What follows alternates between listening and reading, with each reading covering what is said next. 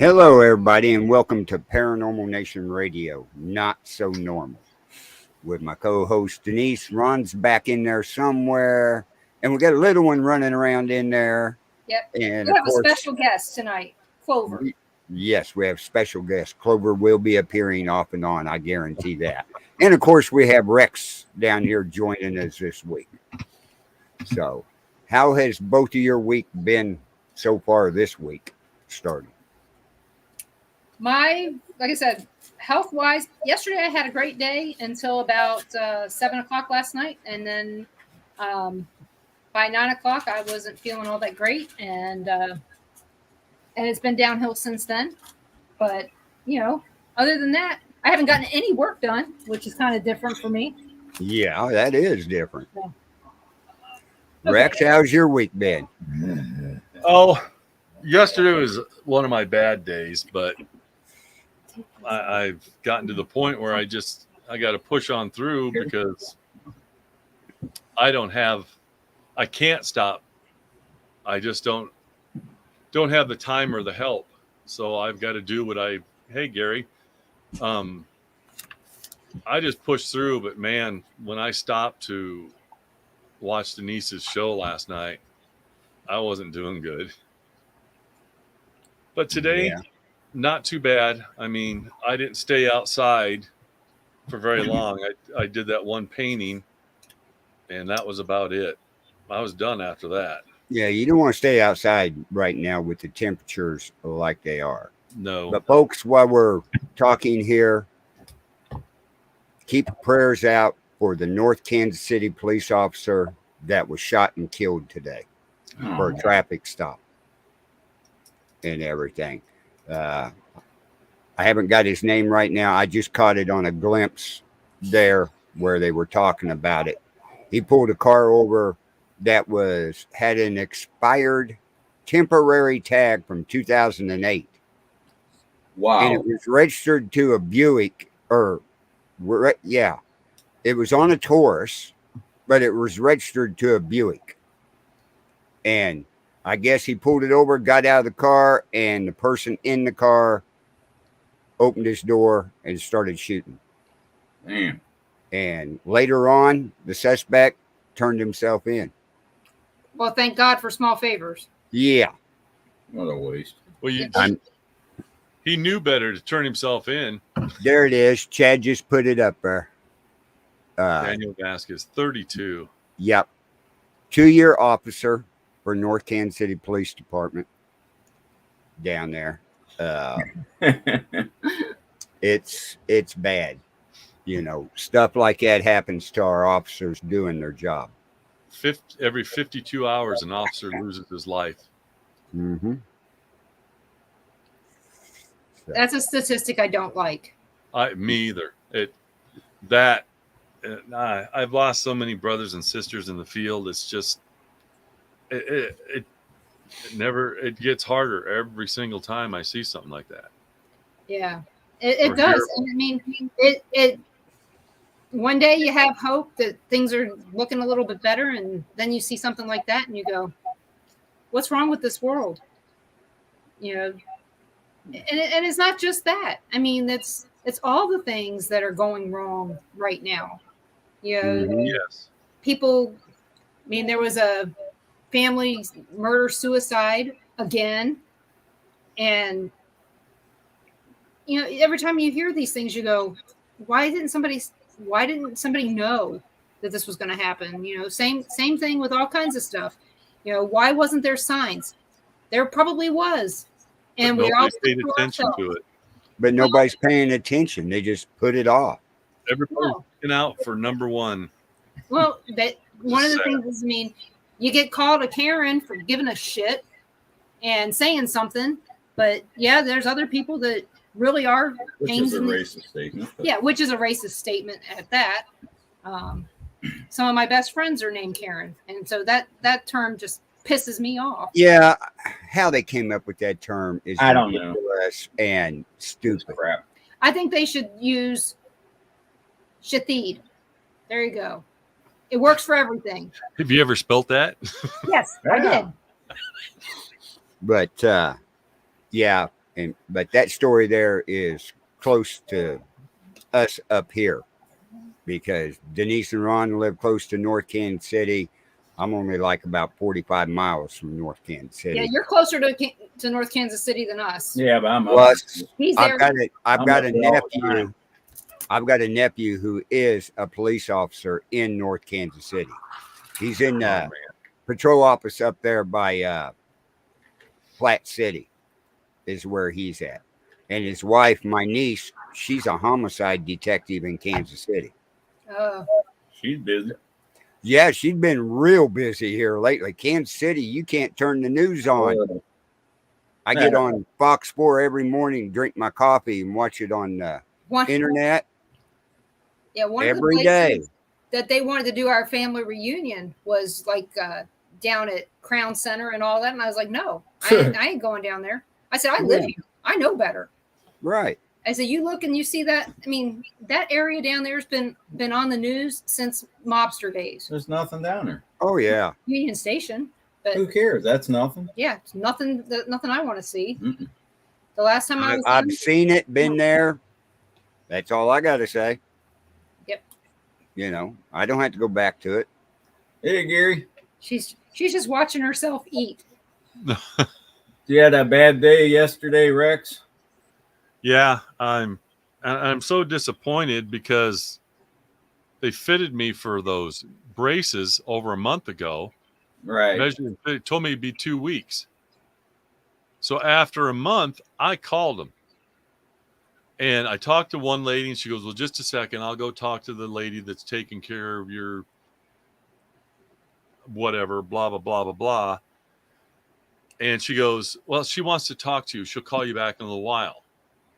So she calls me back and she goes, yeah, we don't have enough information from your doctor.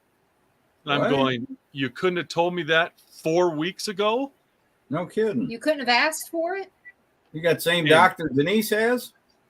Well, that is the doctor. That's That was the insurance part of that. So they're not very fast about calling you back. I was like, okay, I'll call and get it taken care of. So I called and talked to my doctor's nurse and said, hey, A, B, C, D, E, and F wasn't on what he initially sent in. Can you make sure that all this is put on his report, have him check it, sign it, and send it to him? Absolutely. So this was last Friday or the Friday before, because we're going into a month and a half now. Yeah. And so I get a call from Clark and Associates, which is making my braces. And she goes, did you ever get that taken care of? I said, yeah. Well, I haven't received anything. I went, all right. I'll call them and see what's going on. And I'll call you back. So I called him. I talked to everybody knows me there at the doctor's office. And Well, Andrea goes, you do stand out like a sore thumb. a little bit. You know, I try to hide it, but it just doesn't work. So she went back and she talked to Sarah, and Sarah goes, yeah, I sent it, but we'll fax it in right away again. So I get off the phone with them. I call back. I talk to, which is an Andrea that's working on my case there. And I said, you'll be getting it. And she goes, well, did you go physically back to the doctor? And I said, no. And she goes, well, we can't accept that if you didn't go back and see him again. I'm going, what difference does it make? I said, so I'm going to have to pay for a doctor's visit because you're saying Medicaid won't take care of it. How are they going to know the difference if I went in or if I didn't go in? Yeah. So they won't accept it. I can't get in to see my doctor till next month. It's going to be September before I get the braces. If I'm lucky, summer's going to be over. Yeah. Yeah. Man, You know, I hate dealing with this crap now with her doctor, and I don't know. I guess there's no emergencies. I guess everything is just. Well, that's the way it is with any of these doctors out here. I feel like we They moved. just want this. They don't want to, you know. They Right. come in and talk to you for 15 minutes, and next thing you know, you got $1,000 charge. And I'm like, are you kidding me? And I go to they've taken over my case at the Iowa City, the University of Iowa Hospital, but I don't get in there till September 14th. Right. But, it's been almost 2 years. Somebody tell me what's going on with me. I've got no answer. Nothing. The last expert told me, oh, you need to lose weight. How much? You can't lose much. I used to weigh over 600 pounds. I'm half the man that I used to be. How much more do they want me to do? Yeah. That might help, but that's not going to fix it. I carried it well. But yeah, I was over 600 pounds. You were 600 pounds as a deputy sheriff? Yeah.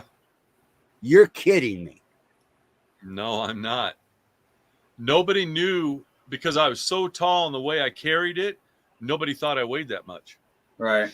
Really? Yeah. But after my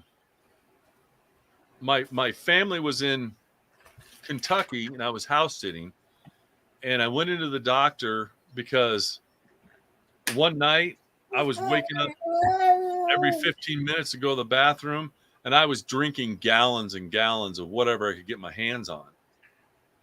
So the next day I come in for the blood sugar test. I come back home, and the nurse called and said, everything's fine, blah, blah, blah, blah, blah. Well, my doctor, who I've been seeing for over 20 years, and we're really good friends, he called me like at probably 5:30, 6 o'clock, and he goes, I need you to come down to my office and come down to my office now. He goes, I'll be standing at the back door to let you in. Got down there, and my blood sugar was over 500. Oh, my God. Yeah. And now I'm not even on anything for my diabetes because I was always at 5.1. I never got higher than 7. And on the medication, it just kept going down and kept going down and kept going down. So they took me off the medication here a couple months ago, but now my blood sugar is just falling through the floor. The other day it was 48. That's not good. That's not good. I was shaking so bad I couldn't do anything. I'll bet. So that almost puts you in a coma there. That's hypoglycemic, yeah. Yeah, I know. I've dealt with that. Now this is going on top of the other stuff that they don't know what's going on. I just hope and pray that they figure out something. Somebody's got to know something somewhere. But anyway, yeah. So yesterday was not a good day. On top of the extreme pain of my legs and knees and feet, I just didn't feel good. I was hungry, but I wasn't hungry. And everything I thought would sound good, it turned my stomach. So I didn't eat a single thing yesterday. I know how that goes. I don't think I'd have kept it down if I tried. So, but my bad days are getting more frequent, which is starting to scare me. So, but like I said, I just keep going on, and I'm going to be here for a long time. Like I tell everybody, I have a list of people I haven't pissed off yet. So, yeah, I'm not going in. I know. I got that bucket list too. There's a lot of them that I could. Yeah. I haven't pissed off enough people yet. I haven't offended enough people. No. Exactly. Guess whose fault she is? Yeah. So you got her cheesy poop. Uh-oh. Oh yeah. So we got. You're gonna have an orange diaper. Okay, so we went to the store on Saturday to buy Cheetos. Right. Because I wanted to get a box of 50 from of the little bags from the wholesale club, so that she could have little bags that they can open, and if they leave them open, it's not a big deal. Right. Because for some reason they don't close anything, and so I have a 26-year-old that does that. yeah. Yeah. So, and I don't know how many chip clips I bought them. Okay, so she sees the bag. Okay, this is one of those mega bags at the wholesale club. She sees it, and she's like, and she's pulling it out of the cart to open it. Yep. Right Oh, in the man. store. Uh-huh. It's a huge bag, She and I don't have recognized any it. chip clips. And I was like, oh crap. So luckily we were able to appease her with something else that was smaller at that point until we got to Walmart and I got her a small bag. But as soon as she sees the bag on top of the refrigerator or anything, she goes berserk yelling for it. Oh yeah. She reminds me of my kids. My kids ate Cheetos like they were going out of style, and Yep. chicken and a biscuit crackers. So Oh, some things, remember- things change. Remember the Cheetos that used to change your mouth blue? They had them when Cassidy was little. Just Oh. a little bit bigger than Clover, crawling and walking. Just for a short time, they had those out. Yeah. But anyway, we had a bag up in the cabinet, way up high. Me and Tammy's in the living room, and my sister is in the kitchen, sitting there at the table. And after a little while, asked Tammy, I said, where's Cassidy? I don't know. So we go up looking for her and everything. Walk in the kitchen. She is underneath the table. Her hands are blue. Her mouth is blue. The bag is empty. And I went, how in the hell did you get that? Carlene goes, I don't know how she got it. I said, you didn't get it for her? No. So I looked around and I went, Cassidy, how'd you do that? She got up. She grabbed a chair, slid it over to the cabinet, climbed up in the chair, climbed up on the cabinet, opened the door, got the bag, got all the way. She wasn't but 2.5 years old, maybe 3 at the most. Put the chair back and then climbed underneath the table and ate that entire bag. I mean, it was hilarious. You couldn't get on to her. Yeah. Because like you used your mind. You figured a problem out. You knew where they were at. With your little mind, you figured out how chair, cabinet, open, I was like, can't get on to her. No, I mean, she ate it.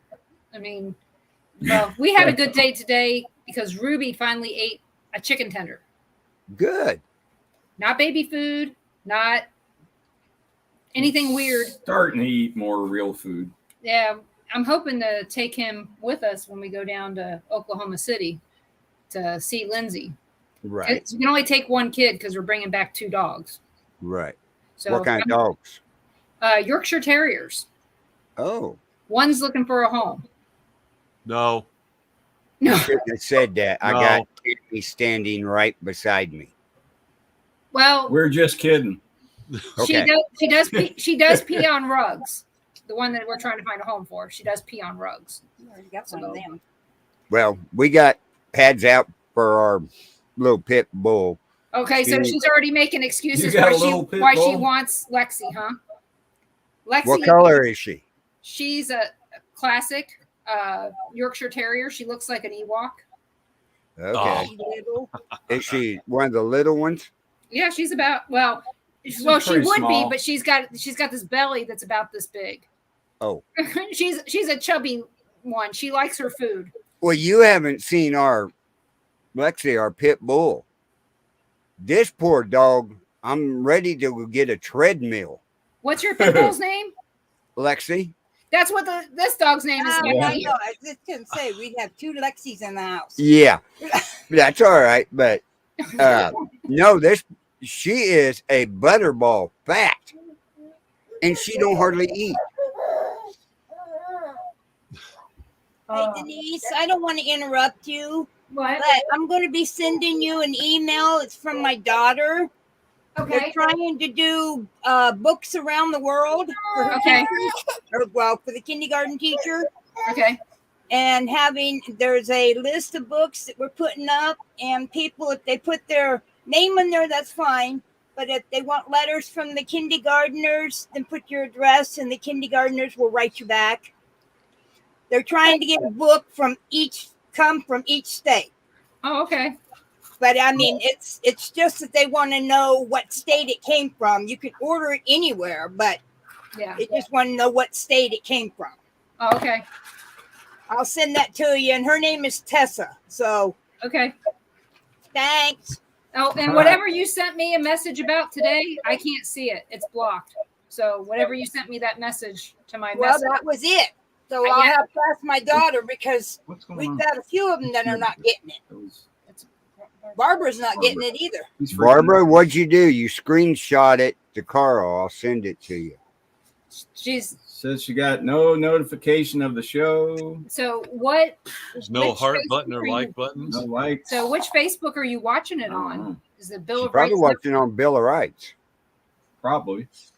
We're all getting censored everywhere. I Well, talked to Simple Man and TDC. Yeah. They're getting censored bad too. That's why they're getting ready to take everything to Rumble. Yeah. Internet is completely out in Cameron. So it could have something to do with this too, Oh, okay. because that's totally out in Cameron. Oh, Oh, really? well, that's Yeah. Yeah. Mine's that ain't our internet, so I ain't worried about it. It's probably Huh. CenturyLink. It is. I know it is. I wasn't going to say it, but I have nothing to say. Like I said, I know. I work for them, but that's it. Well, tomorrow our fiber guys show up to show me where they're going to hook up on the house and everything, and then next week they'll be here to install our fiber. Oh, okay. We're getting rid of this wind stream. They want to bill us. We pay the bill, and then we get an email 3 days later, a text message to me. Well, we're taking the money out again. And I'm like, no, you're not. Yeah. Quit doing that crap. Yeah. What you got on? And when we signed up on it, I'm checking it. every 2 months it went up $5, $5. Now we're paying almost $100 for internet. Well, And Rex has got internet for life through CenturyLink. I wish we only paid 100. Oh, really? I Yeah. pay $55 a month for unlimited use. Oh, So well, the fiber, even Ours is- faster than what we got right now, will only run us $49 a month. and as far as the Bill of Rights Network, I have all my buttons on there. I have everything. Yeah. So I have no clue what's going on. I don't know. Their censoring is bad. Just like the show last night, we didn't have the regular viewers that we usually do and everything. So I don't know what's up with. Oh, last night? I know Facebook's doing crappy things. Every day I get on here, one of your videos has been blah, blah, blah. I go to check it out, right? It's from 2 to 3 years ago. And I'm like, you're doing it now? Right. What's up with it? And it used to be these people from Nigeria say, oh, well, we have rights on this and this, or what you're saying. And I'm like, no, you don't. That's our opinion. Right? So now the new thing is star hits. If you get blocked, star hits has got it. I went to Star Hits there on their Facebook and told them the Bill of Rights, we have our own rights to say what we want. You have no right to block or send a message to Facebook or YouTube. Right. They're ridiculous. Yeah, I was watching your show, Rex, on Saturday, and you played We were naughty. the second video. Yeah, we were naughty.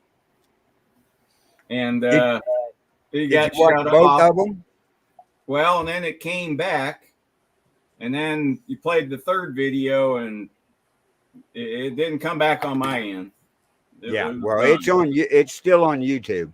The whole thing Yeah, well, Yeah. in 2 parts. might be. I don't know. 2 Yeah, parts. Yeah. Yeah, it's an hour long in 2 parts. yeah. Yeah, we got messages during the show. But that's the Denise only way was I one can of get them. it. It And says you're off YouTube. I hate YouTube, but that's the only Oh, way I I do can too. get it. I don't have. Well, what burns me is we show a video I don't have. and they skin talk books. about it. What about these people that do it on YouTube that show the video and talk about it and they don't get blocked? I know.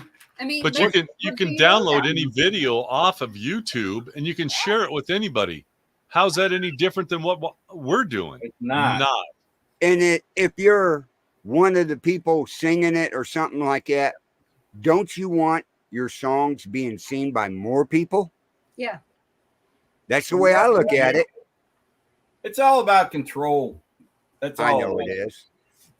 Well, It's not nothing I was- they do makes sense. So I was telling Carl, Denise, and Ron, I was asking Shane what we want to do the show on this week, and he goes, "Can we do one where we don't get in trouble?"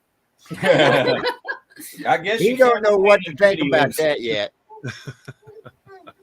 I guess you can talk about music, and that's about it. Well, once we get all the paperwork and stuff, then we won't have to worry about this crap anymore. Right. I got a message from Dave. Did you see what he was going to do? Glidden? Oh, No. he was gonna. He's getting you the BMI and Yeah. one other.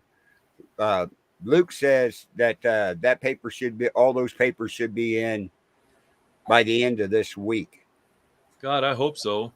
I do too. Then they do that. We can do any videos, any music we want to use in commercials or whatever. And we had the highest viewers on our last show too. Yeah, you did. And if they were On Saturday's show? Yeah. if they were blocking us, if they were doing anything like that to my show last night, that's bad. 'Cause my show isn't political. No. Either mine's not political either. Uh-uh. I know. No. Well, but I didn't break any rules.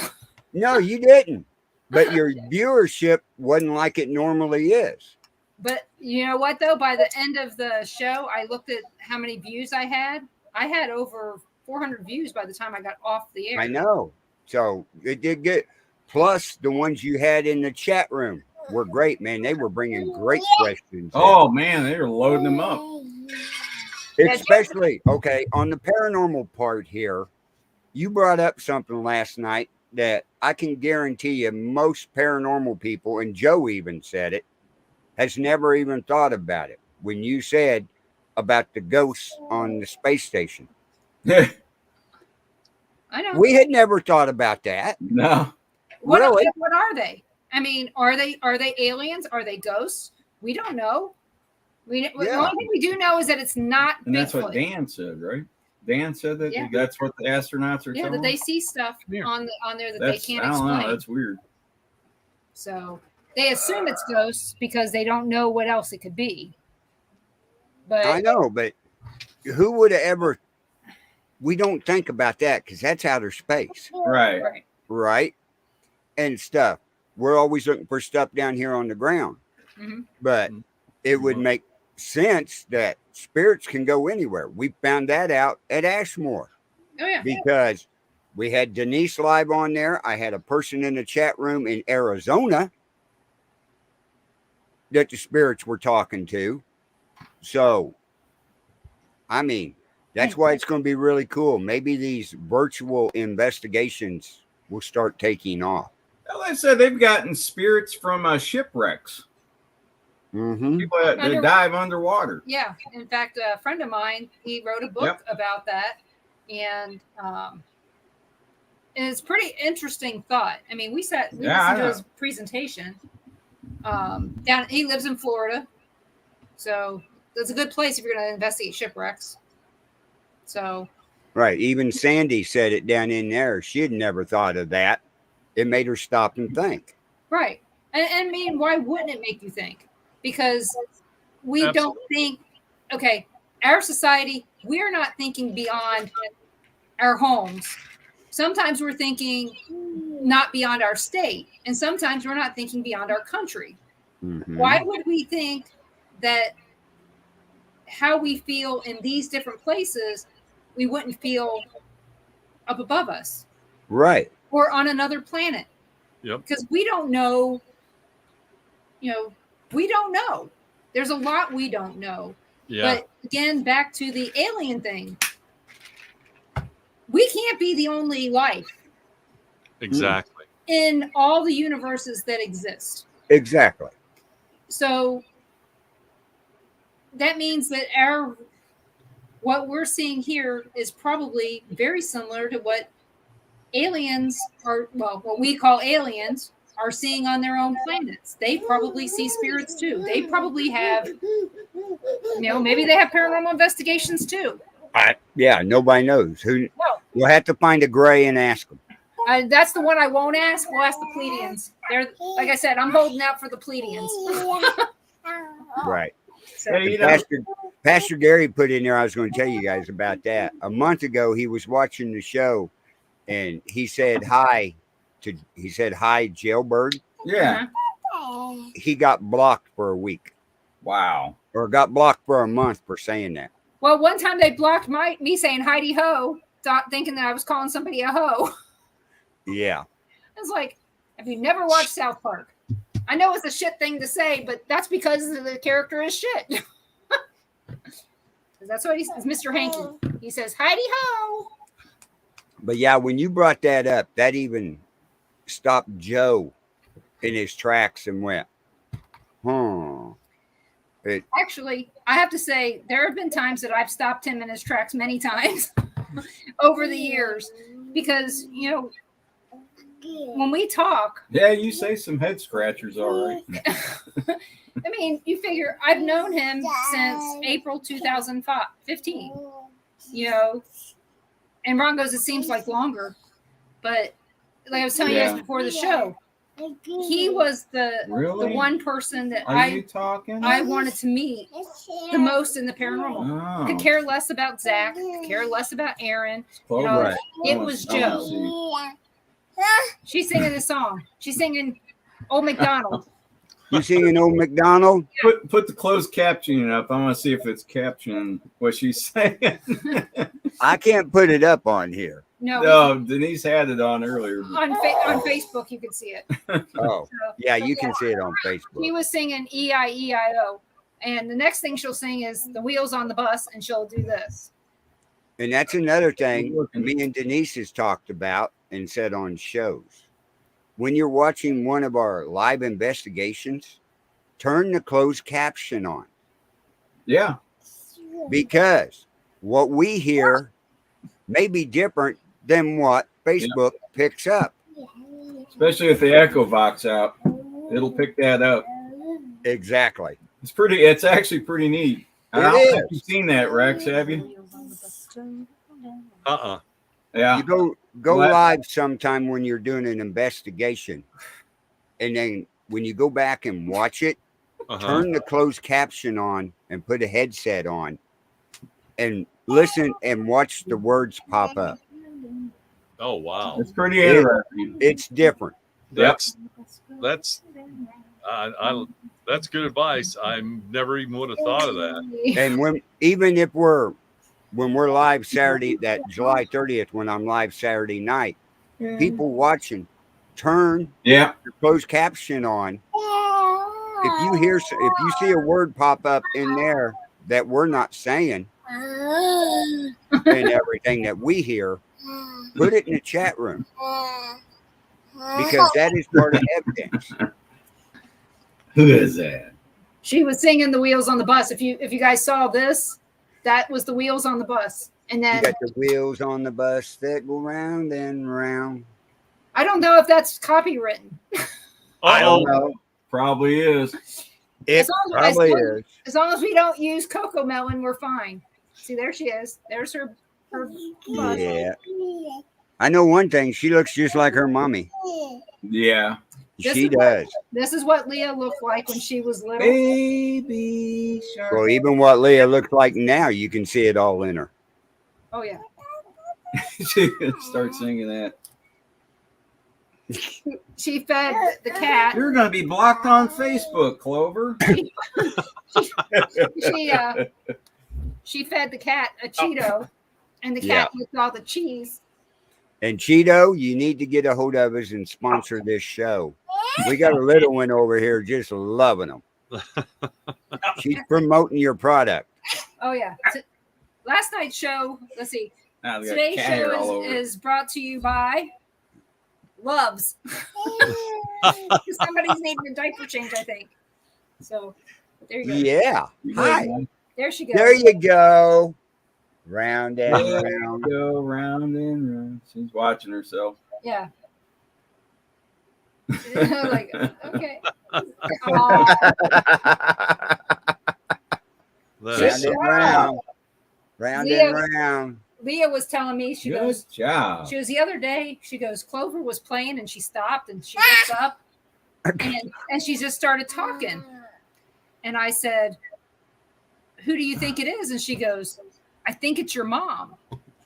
And I said, well, it's possible. I said, because I feel like she's like my mom in some ways. You know, there's some things that she does that remind me of my mother. And I said, Except the chain smoke. except she doesn't chain smoke. But she does drive me up a wall Yeah, she with is. what she's doing right now. She's wormy and squirmy. Hey, they keep you young at that age. It's when they start getting older that you go, oh crap. Oh yeah. I know.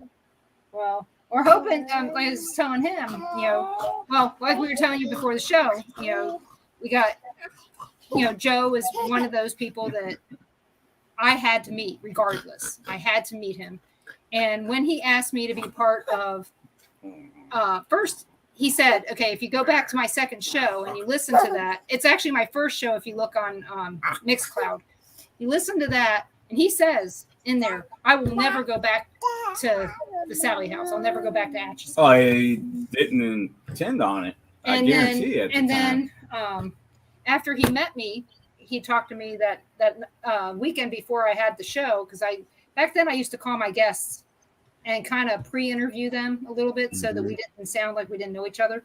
Right. And will you stop, please? So I asked him to be on again. He sent me the book Seduced, and I read it. In fact, like I said on the show last night, I read it to Ron in the car because it was that good. And so I made sure that I knew everything I needed to know, you know, about him and everything. And I interviewed him the second time, and he goes, I'm starting to think about coming back to the Sally house. And so that was about 6 months after that. So I interviewed him twice in 2015. And he contacted me, him and Richard contacted me in 2016. And I was on their show, and we talked about the history of the Sally house and Atchison and all that stuff. And, you know, back in 2016, I knew everything that I needed to know about all this stuff, still researching it, you know, things like that. And that's when him and Richard said, we're going to get together a crew of people and we're going to come out there and film a movie. And he goes, we want you to be part of it. And I said, well, okay, whenever that happens, let me know. And I said, and if you just come out and you don't do a movie, you know, we'll just make sure we find a way to meet up with you. You know, because how many people have said on a show after the show or said during the show, hey, come on and we'll, you know, we'd love to meet up with you, blah, blah, blah. And it never happens. Right. You know, I'm going to send you my books, you know, next time you come to town, meet up with me. I've had one say that, and we've been in that area 3 times. And well, actually we've been in that area many, many times, and he's made an excuse every time that we're in town to not meet up. So, you know, it happens. People say things that they don't truly mean, and they meant it. I mean, I'm going to tell you, if you're in the paranormal, or if you're just a friend and we're close by to where you're going to be, I'm going to try to find a way to see you. You know, Right now, Colette Cardell is here in town from the UK, and I'm not going to get to see her because I've been sick. Right. And I feel bad because she's been planning this trip for 4 years. And here I am, I'm going to miss her. But like I said, you get close and we got time, we will find a way to meet up with you. That's all there is to it. And Right. Carl knows that I'm not kidding. No, it's the same thing, you know, the way we met and everything. I still can't remember how I found your show. Somebody either told me about it or something. But anyway, I started listening and I started asking questions. And Denise always asked my questions Right. and everything. Right? Yep. So we got to doing that. About 3 months after being on there, she wanted me and Pastor Gary to be on her show, which really meant a lot to us. So we was on the show. Was it the first or second show that the connection got messed up? I think it was it was Gary's phone. His phone wouldn't let me call it. Right. It was the first show. CenturyLink would not let my Skype connection call his house phone. Right. It wouldn't. So anyway, we did that show. Still listened. You know, they're only like an hour and a half. Yeah. 2 hours away at the very most. Depends on traffic and everything and stuff. Then a few months later, we was on her show again. And every time we're on the show, something goes wrong with a phone call or something. I think we made it to the last before 10 minutes left on the show when we lost all connection. Yeah, and that was when my show was an hour and a half on Paranormal King Network. Right. So that was in, I'm wanting to say August. Yeah, it had to be 2015. Yeah, it was 2015. Yeah. Because it was Because after we had The investigated next thing Rick we Rose. know is coming up in, what was it, October? When they Yes. had the KC Paracon? Actually, it was August. It was his birthday weekend. You're right.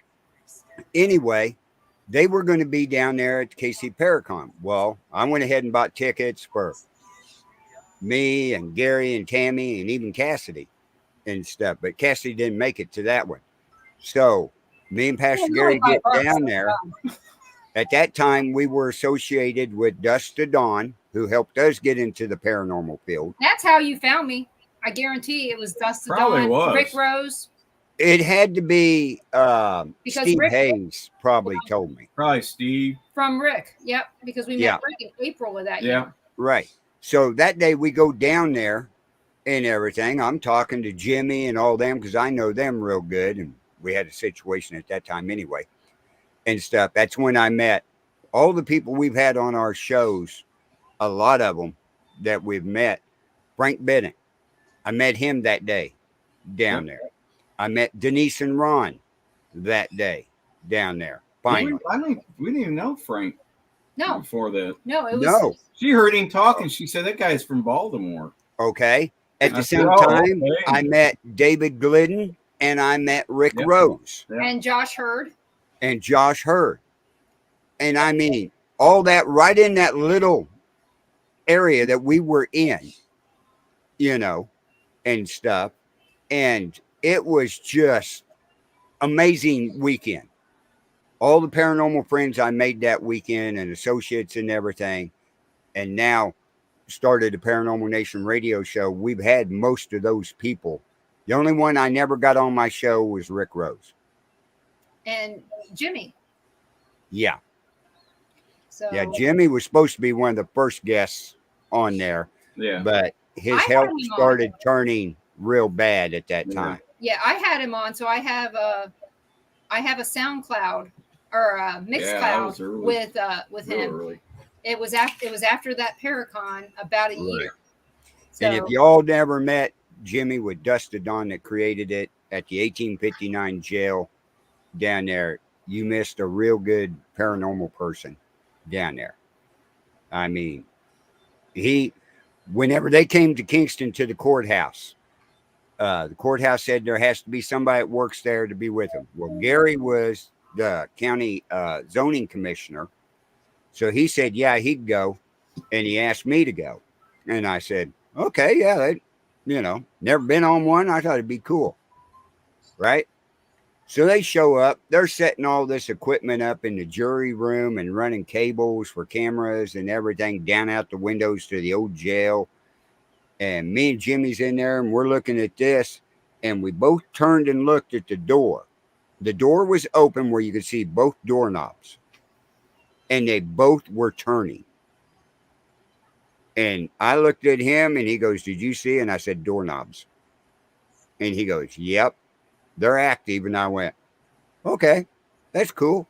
And then Sebastian comes in and goes, "There's a lady sitting in that chair right there. Probably turned the doorknobs." But we had all kinds of activity. And after 3 times Jimmy coming up there, he looked at me and Gary and said, "You two need to start your own team up here and stuff and do this courthouse." And that's how we got started in the paranormal field. Right. Yeah. And Dara, you actually met Carl and Gary the first time. I believe it was at the Malvern, at Malvern Manor. probably. Yeah. And then when you saw them the next time, it was at an event in Kansas City on Holmes Road. And I had to ride back with you guys because I was afraid you're going to get lost getting to our house. Right. So, I mean, that's where we met Dara and Caitlin and her mom and everybody up there at Melbourne. Mhm. See, Charles, I met as part of Dust to Dawn. actually before I met, Yeah. let's see. Yeah, it was before. No, it was actually before I met you guys. I met Charles Yeah. because he was with Dust to Dawn. And the And we night, didn't even know he was with them. yeah, Even though The he was first living night- with my daughter. He wasn't living there then. He wasn't there. yeah. No, he The was second living- investigation they Oh, yeah. came to, we was outside in They're the good friends. I mean, little covered area, and this was his night that he was going to be come into Dust to Dawn. So they sent him in with a chest cam, webcam, and had him walk all the way through the courthouse by himself. Oh, so they were hazing him. Yeah. They So- come back out and said, "Now you're a member of Dust to Dawn." And so we knew Charlie on a personal level before the paranormal level because of the fact that he went to school with our daughter-in-law, and he's from Westline, which is like 5 miles from here. So he grew up around here, and they became friends. And he ended up being the man of honor or the best man. Right. I don't know what they would call it. And Leah was the maid of honor for Lauren and Becca's wedding. And but that was back in 2018. But Now that I think about it, it could have been Charles that told me about your show. it could have been. quite possibly. Because that's before we even became a paranormal team. Yeah. Well, like I said, Rick knew about it. No, Rick didn't know about it until April because he was my first guest. I'll bet Charles is the one that told us, if you want to know more about this, Denise Pridemore's got a radio Yeah, show we were. on Paranormal King. Yeah, because we had been involved in the paranormal. Yeah, we did the long time. investigation with Rick. Denise had been talking with Rick on Facebook and that for quite a while. Well, he called me the night the Ghost Adventures aired. Yeah, we went up there. He had the house for the night, and we went up there with him, and that's when we met him face to face. Anyway, Met him and Steve Hayes. Yep. But Yeah, see, it was, later that year is when I crazy finally night. met you guys. And then later on in December is when you came up and helped us investigate the courthouse. Right, with And Yeah, had- it was. with cousin Crystal. yeah, Crystal was there. But it wasn't long after that Rick invited us to the jail. It was, Actually, we were invited to the jail. I mean, it was Jimmy invited not long us at all. that night. Yeah. Pastor And- Gary said one of the things down here when Dust to Dawn was there, we were up in the courtroom and a group was over in the old jail with the echo boxes going. Yep. Right? There was a spirit down there on the echo box accusing the other spirit we had up in the courtroom of which one robbed the bank. And it was hilarious in one way, but it also was interesting to hear it on tape recorders. When you play it, it was like these two guys were talking to each other, accusing each other. Yeah. That was really that really brought me into there's something out here. And then after we started becoming a team, I got the tape player and Echo Box, already had it and stuff, and went to the cemetery north of the courthouse down there where my papa was buried. Pulled up in front of his grave, rolled down the window, shut the van off, sat there. It was a cold December night and everything. And dummy me, you learn through paranormal what questions to ask, right? Yeah. Papa's name was Carl Llewellyn. So I said, Carl Llewellyn, are you here? Not a thing came over that echo box. And I sat there for a second and went, well, hell, I never called him that. So I sat there and said, Papa, are you here? And a voice came on the echo box and said, hi. And I said, do you know who this is? And the next thing that came out of that echo box is only stuff my family and people we were around when I was little would know. Right. Because out of the echo box come Butch. My nickname was Butch that Papa gave me because he never could catch me long enough to give me a Butch haircut. Yeah. Right? Because we both had the same first name and he didn't want Big Carl, Little Carl, Right. and everything. But when it said that, that was my Papa's voice. I took it to my older sister and older brother and had them listen to it. And they said, where'd you get that? And I told them how I got it. They go, that's Papa's voice. I said, I know. And that's what really got me intrigued in the echo box and tape recordings and stuff like that. That is stuff, that's a voice I had not heard in 25 years. Yep. Okay. Yeah. That was interesting. But yeah, that's how we all got started. And just in that little 6-month time frame is where we met a lot of paranormal people. Lots of them. Very busy. That was a busy 6 months. I know that. I know it was. Everybody was going everywhere. We were Yep. investigating and stuff. And I created our team. And we've just now last year we didn't do a lot because of COVID and stuff. But before that, we do a lot. We always make sure we do at least one and possibly 2 investigations with Denise and Ron through the year. Mm-hmm. Some years we've done more than that. You know, we went to Melbourne. How many times we went to Melbourne? 4. 3, 4? Yep. 4 times. They've been to the courthouse. They've been to Kingston Cemetery. They've been to Hans Mill.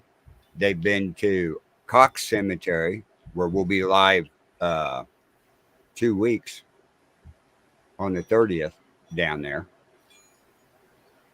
So Thought we were going to be there till an hour ago. that's fine. You guys will be there. You'll be live Yeah, we'll on be there. StreamYard. I actually wanted to be there. You know. I know you did. We'll still. That cemetery is it's cool. It's different.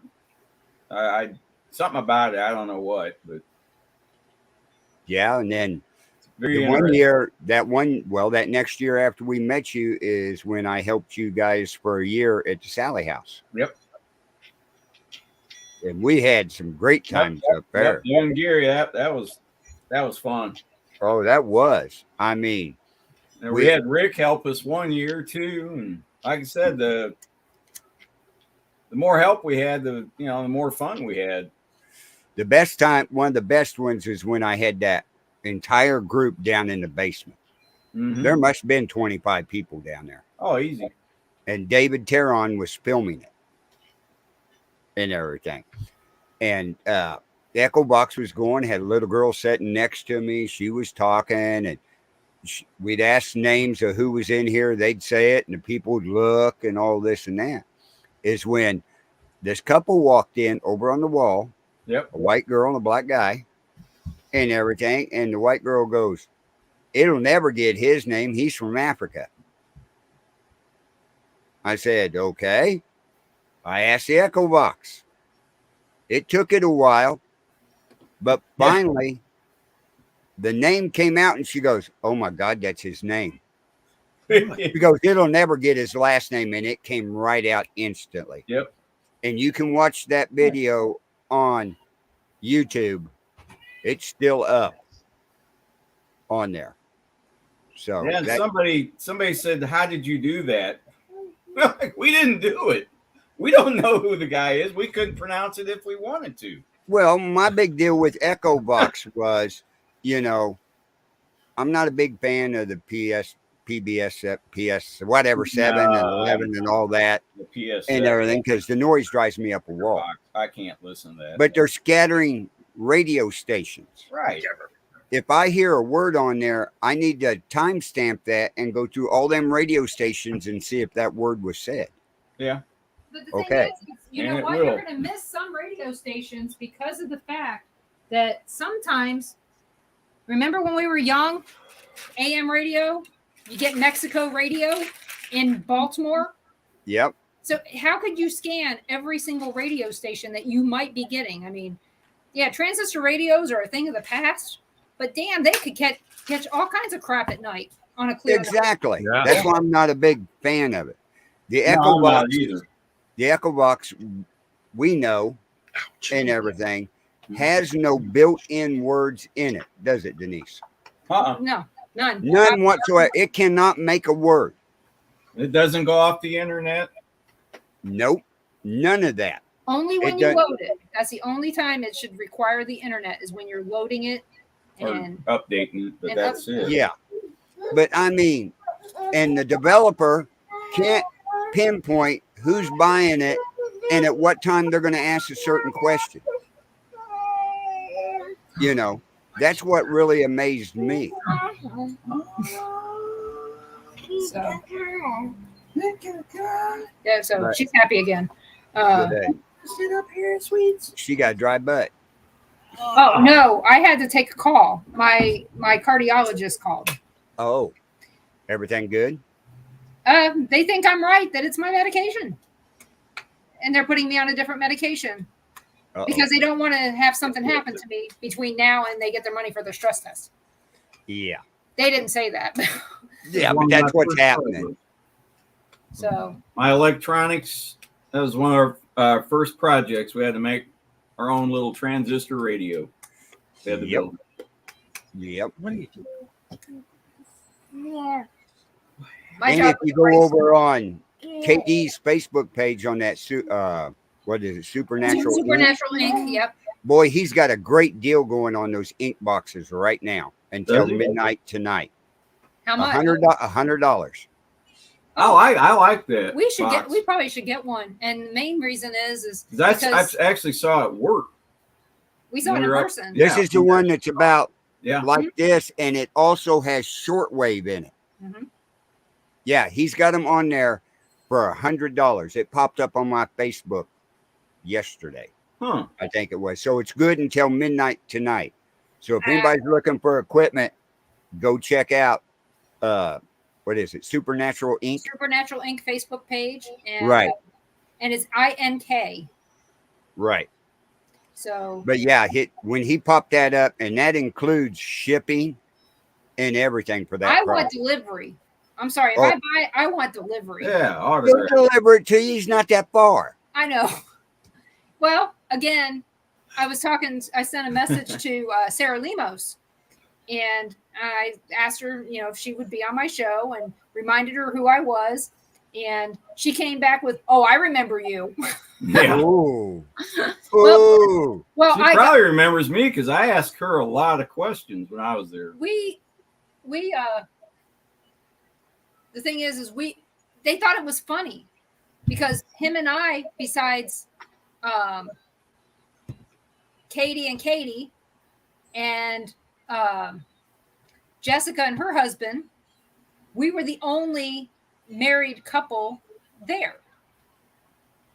So they understood, here we are. And Katie, she kept saying, "Oh, you guys are so cute."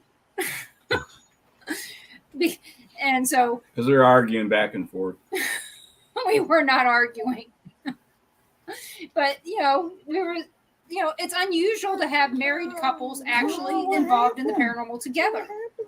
And so, but we had the box called, so we were in one of the rooms at the McIntyre Villa, and we were getting ready to break.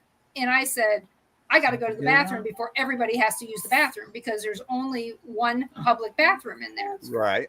And so I'm like, I'm going to go. And the box says, there she goes. Or she's leaving. What was it?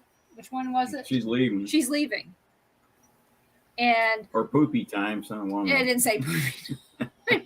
And so, hey, that echo box can say anything it wants. Yeah, I've heard it. I've heard words out of it. I've heard different languages out of it. Yep. I don't know if we told you this, but I got scratched in the basement there. At the back. Yep. So we're all in the room, me and Sarah and Katie, and Katie is upstairs with Jessica. So we're downstairs with Sarah and Katie. And I know it sounds bad. It's Katy, KD. He's upstairs. And, we're sitting down there, and, I had on my bracelet. We brought my bracelet. It was a trigger object. Right. It was the one that was made by Lorraine Warren's daughter, Judy, and it has some of Lorraine Warren's jewelry in it. So, needless to say, if you're going to have a trigger object, you might want one like that. Yeah, you might. And it was a gift, and so we brought it and we used it. We didn't get anything with it, but it was still kind of neat, that I could explain this. But what they liked was the fact that I knew the history, not of the house, but of the town. Right. And that I had been in there prior to Stephanie buying it, because most of these people had never been in there when the Garrity's opened it. They keep calling him Girardi. It's Garrity, because we interviewed them for the movie that we did. And so, here we were in the house when it still had all of its original furnishings and all that other stuff. But again, we didn't know that we were never going to go back in there until last month, And so when I told Sarah, we were the ones that were invited there. And I said something about my age, and she goes, there ain't no way that you're that old. And I was like, yep. And so we had people there that were younger than me that looked older than me. Oh, yeah. But right now, I'm going to tell you, I look old right now. You're going through health issues, but you still look great for your age. Well, hopefully next week I'll look better. Well, when I'm on the show, I won't. It'll be the following week that I'll look better. But I may have to reschedule my show on August 1st. Because we'll be coming back from Oklahoma City. Yeah, you might have to. So, when are we got to meet him, on Sunday or Monday? Got to meet him on Sunday around 3 o'clock in the afternoon. Oh. So, but I get to see my grandkids. Hey, family comes first. I have to take a day off of work. Oh, I hate that. Oh. And so will I. Me too. I hate it. It's exciting. Counting the days now. Because Who do you got? What guests you got on that day? I have Rick Wade. We should be home by 7 o'clock at night. Okay. So, but yeah, I have If Rick not, Wade. you got your phone. Yeah, on Monday. Well, but we go through a lot of places where there's no internet. We have to go from here to I-35 and down I-35. That's 6 hours. So, but there's some places along there where we don't have internet. But Lindsay's already said she's got to stop in Oklahoma City because I want Brahms. So, and we don't have Brahms up this far. The No, closest we don't. one to us is Emporia. Right. So we'll go Well, by. that's 5%. good. And they're headed to the Panhandle, right? They're heading to Gulf Shores to start with. They got a little rental there. That's short. So they got a rental in Gulf Shores for about a month. So, which is good. And Have they got their house yet? no, No. they've got a house that they like in Milton, and they got one they like in Robertsdale. which is maybe 25 minutes from Daphne, where we were looking in Alabama. Right. So, but Lindsay they're open to whatever. They're looking mostly for school districts more than houses. Right. But Baldwin County in Alabama is the fastest growing county in the state. And so that's Gulf Shores, well, Mobile Bay to the Florida state line and up to about the top of Florida on the Alabama side. So Right. Spanish Wells Spanish Wells. And so, and this is south of I-10 and it's in a non-flood area, which is good because, you know, they still had the hurricane came over and sat right on top of them for like 3 or 4 hours. Right. And they got both sides of the hurricane, the front side and the back side. And there was hardly any damage done to this area, but not too far from where she's looking, Magnolia Springs was wiped out. I mean, there's all the historic trees that were there got wiped out by a tornado. It was sad looking driving down State Highway 181. Oh, I bet it was. But yeah, I'm just excited for them to be starting something new as a family, and they get to pick the house together because Devin already owned this house when they got together. Yeah, it's like Dave Ramsey. He'll have a guy will call in and say, "Yeah, I bought this house when I was single, and then I got married." And he says, "Yeah, my wife's saying we need to sell it." And he goes, "Yeah." He goes, "Yeah, but I really like the house." And he goes, "Doesn't matter." Your wife doesn't. He goes, "You two didn't pick that house. You picked it." Right. Goes, "You're going to lose that one every time." Yeah, you're going to lose that argument. It's not your house. It's not both of your house. So do they have new jobs and everything lined up down there? He works from home. Yeah, Devin works from home for T-Mobile.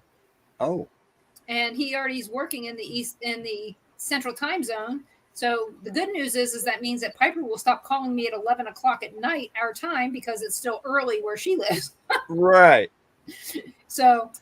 Yeah, I don't think Devin's real crazy about moving. He's kind of grew up in Vegas and California and all that, but it'll be good for him to get away from it. He doesn't realize it yet, but there's more to do down there than Vegas. Yeah. I'm serious. There's a lot more to do. Oh, wait until he gets down to the beach. Yeah. They've been down there. They went down last summer. Yeah, Nolan actually went in February. Yeah. They went in February and right after when Lacey was here. So when Lacey was here for Leah's wedding, they went down the following week and they couldn't get the kids out of the sand. And I said, "Don't they have sand in Vegas?" And Lindsay goes, "Not like this." No, not like that. They don't. So I was teasing Ron. I said, "Yeah, Devin's going to have to figure out how to work a lawnmower." And you can use a shovel to dig a hole in the dirt where you can't in Vegas. No. You can use dynamite, like Ron said. He goes, he probably doesn't even know how to spell the word lawnmower. Oh, I know. We went out for Tammy's brother's funeral out through Yucca Valley, California, and all that out there. Well, my nephew Chad was a police officer out there at the time. So we went there and stayed one night with him and everything. I pull up in his driveway. I look at the yard and go, "Well, you don't need a lawnmower." He goes, "Nope, we rake it every 2 days." Yeah. Yeah. With Lindsay's, we went out to clean when we were out there for a while back in 2019. And we used a shovel and a rake to clean up her yard because she had all this gravel and the dogs had pooped. Well, we just scraped up all the poop. Yeah. And we got gravel in it. We didn't care. We just threw it in the trash. I felt bad for those trash men. What was funny was me and Chad's standing outside drinking beer and stuff, and he shows me a house. He says, "Look down there at the yard." And I looked down there and I went, "It's green." He goes, "Yeah. A company comes out and paints the sand green so it looks like grass." I went, Yeah, but a windstorm, he goes, yeah, they're out there painting it all the time. Yeah. I was like, oh, that's seen that. ridiculous. Idiot Californians. Lindsay bought AstroTurf for her yard so the kids could play out there. But the bad part is the dogs like the AstroTurf too. Yeah. So we would have to rinse it off and all that. So needless to say, doesn't matter. Those dogs aren't going to make it to Florida. They're only going to make it to here. So, right. I mean, if I don't find a home for Lexi, I'll take Lexi back down there when we go. But I'm pretty sure if I tell somebody this dog is a full-bred Yorkshire Terrier, that you said it when she was standing in the doorway. Now I'll hear it. Oh yeah, all the time, because she lost her little Chihuahua. Oh really? Oh yeah. Princess died. What? Well, she didn't die. We actually put her down because she was in bed. She was 17 years old. Oh wow. Right. Yeah. What? 3 months ago? Yeah. This dog was born in 2015. Oh, okay. So she's 7. Right. Well, our Lexi, she's 6 and everything, and she's a people dog from hell. She is a people dog too, and she's pretty good dog. And she's really good with kids. Yeah. Oh, good. She lets real good with kids. She lets Nolan lay on her, and so she's been around babies since she was born, basically. Right. Well, that's like she was. Lexi, when we got her, she was like 18 months old and everything. Already housebroke, all that good stuff, right? And everything. And then we found out how good she was with kids. The kids can do anything to her you want. But if you go to get on to one of those kids, you don't want that dog anywhere near you. She will get in between you and that kid. And I've only had her growl at me one time. And I looked at her and said, you can stop that crap right now. Because that ain't going to fly. Tuna's like that. The kids come around. If they're outside, nobody walking by, Lexi will sit down in front of the child. That's how our greyhounds were. I mean, our greyhounds, we had rots that came up into our yard. There's a leash law in Kansas City, Missouri. Mm-hmm. And our dogs were in our yard, and these rots came up and tried to kind of get over the fence. Oh. Because the fence was low in one spot. Our greyhounds actually bit them. And the owner came and said, we ought to sue you. And I like, for what? Your dog's head was over my fence. Right. Yeah, and I actually had to grab Pam and drag her back in the house. If I turned her loose, she'd have killed both of them. A greyhound. I didn't figure greyhounds were aggressive. Sorry. What? I had one, and she was fiercely protective of me. Yep. Really? Yes. Yep. Yeah, when our kids started screaming, those rots come, man. Her hair went up, and I mean, that's all you saw was teeth, and she was ready to kill them. Greyhounds are she would have. They're funny looking dogs to me. That's all I got to say. They use them to kill coyotes. So, yeah. Oh, Pastor Gary left a message for KD for a box. So he's going to be buying one of the boxes. Well, hopefully you can meet up with him in Smithville. Well, that'd be cool to have at the investigation on the 30th. Yeah, but you can get it. Because that way I can use EchoBox, Necrophonics, and help him sponsor his out there all over the world, because we're going to be on Things Network. We're only one of 6 places that's going live that night on the Paranormal Giving Tree. A lot of them is going to be doing it. Some of them is going to be doing it during our daytime, because it'll be their nighttime over there. Yeah, I'm just sorry that we're going to have to miss out on something else. But again, family first. Family first, and you'll be live on StreamYard with us when we do it. And I bet that's good. I bet our show will be the only one doing a virtual investigation. Unless they hear this now and they're all changing. Well, what's funny is for years, all I heard was Denise say KD builds, he's a tech guy. build stuff for different shows. And I mean, all I heard was for years. I said, is his wife into the paranormal? She goes, I don't know. I think so. Oh my gosh. I did an investigation with him. Uh-huh. That lady is into it big time. Oh, yes. She made him look like a beginner. She's like me. I had no idea. She's like me. She wants to do my all gosh, the she research. is. Yeah, she was really into it.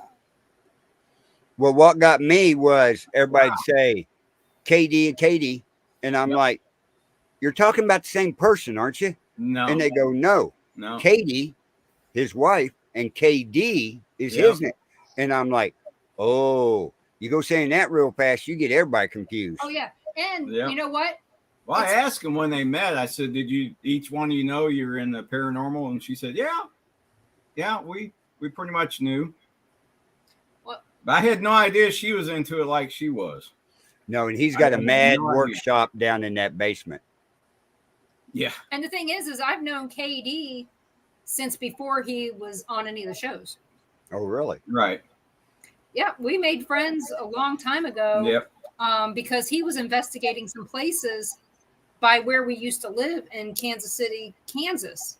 Uh-huh. And, you know, I just started talking to him and Well, we stay at the house because he recommended. yeah, we it. stayed at that's their headquarters Yeah, is that house in Smithville. yeah. Yeah, the bed and Historical breakfast. Society. Yeah. Yeah. Like I said, we ought to, I mean, that's a cheap place to get to do an investigation. And we got beds that we can sleep in. Hmm. So, yeah. You That'd don't be go- another place to do a great virtual investigation.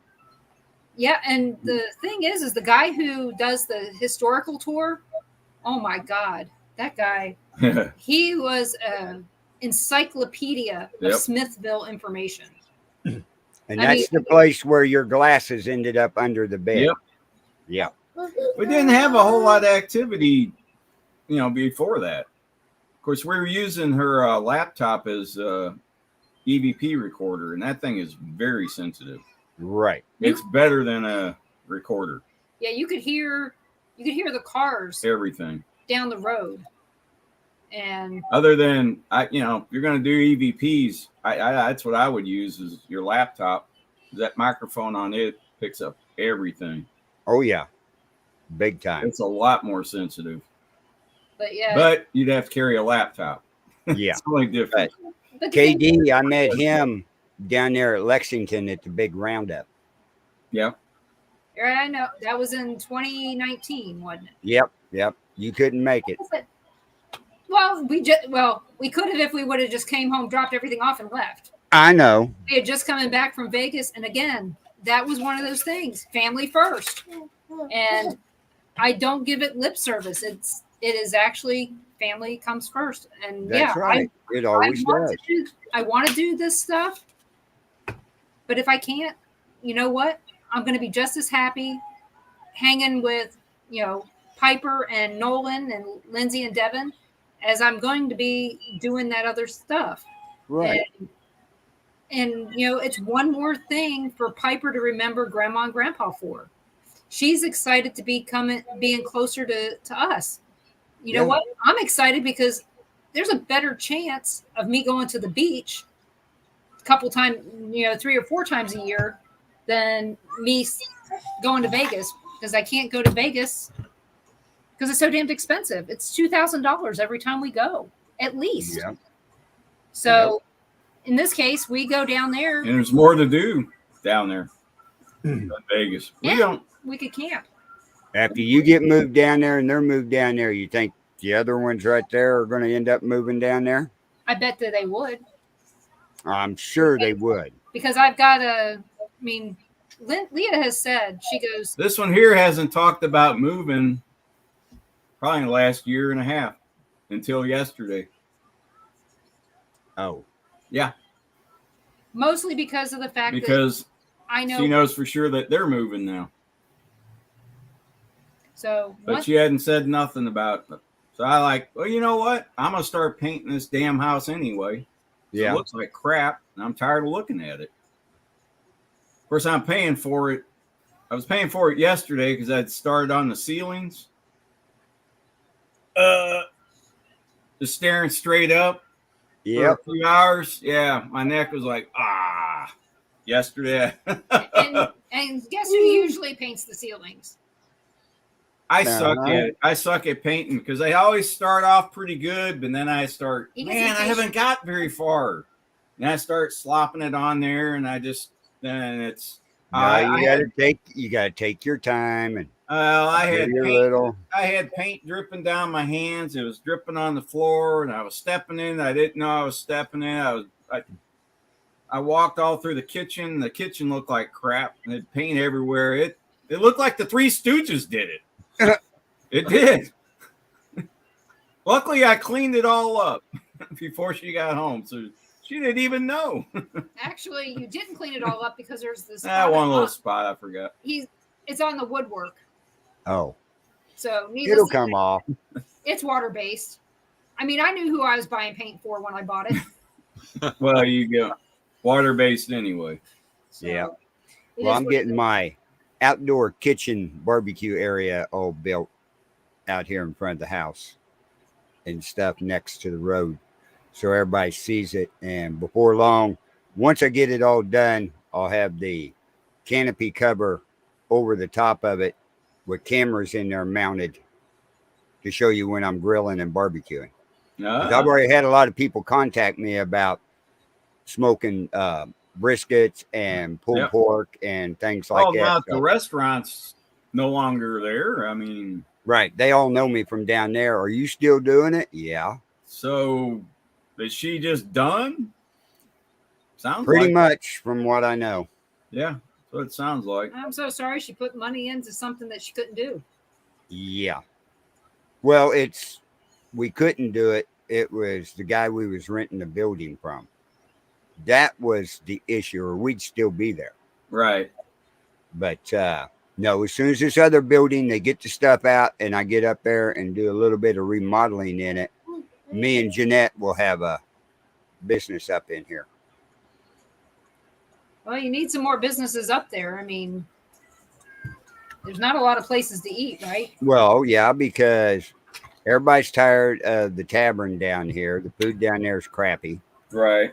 The corner cafe up there, I hear so much bad stuff about it.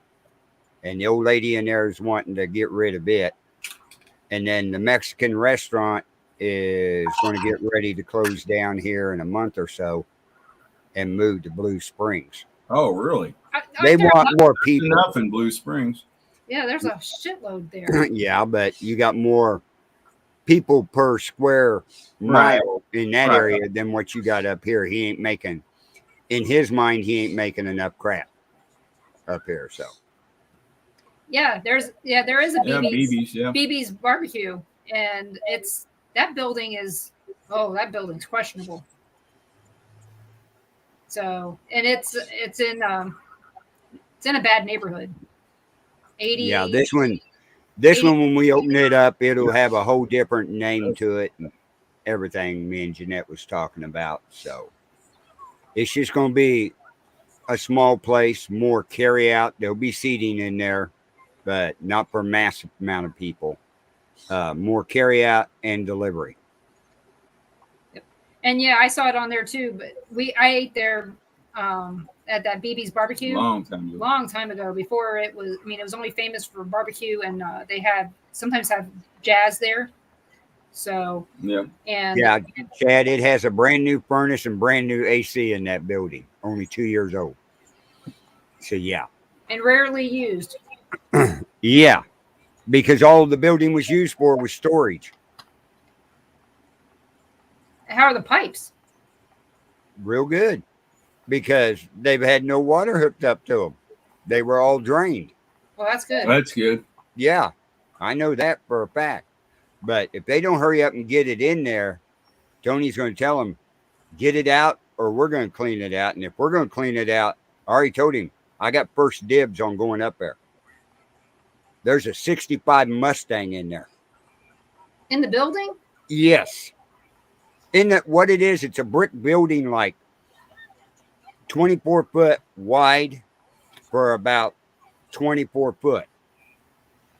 Connected to it is a 36 by 40 metal building.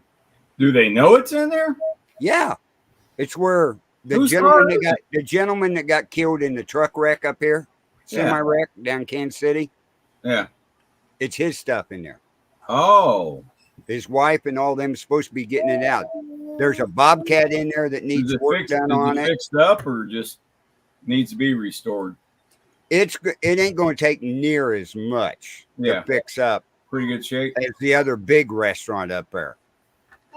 You know, the front brick part, we're going to clean the brick up on it and seal it, and put a metal ceiling, old galvanized barn metal ceiling in it to make it more look rustic. Tell them I'll buy it. I'll buy it for more than what it cost brand new. Mm-hmm. $1,700. Yeah. It's true. Yeah, we was thinking about a food truck, but they're expensive. Bad idea. They are. They're really expensive. We found a brand new one trailer that was 14 foot long for $19,000. So I have a question. Then you have to have places something to pull it with. So here's my question. What? We're talking about a 65 Mustang. Yeah. What is you guys' dream car? I've already had my dream car. Well, what is it? Already had it? Yep. 67 Camaro. I had it when I was in the military. How about you, Rex? Oh my gosh. My dream car. An Aston Martin. Ooh. What year? What year? Probably to early to mid 60s. Yeah. A James Bond one. Right. That I couldn't get into. Yeah.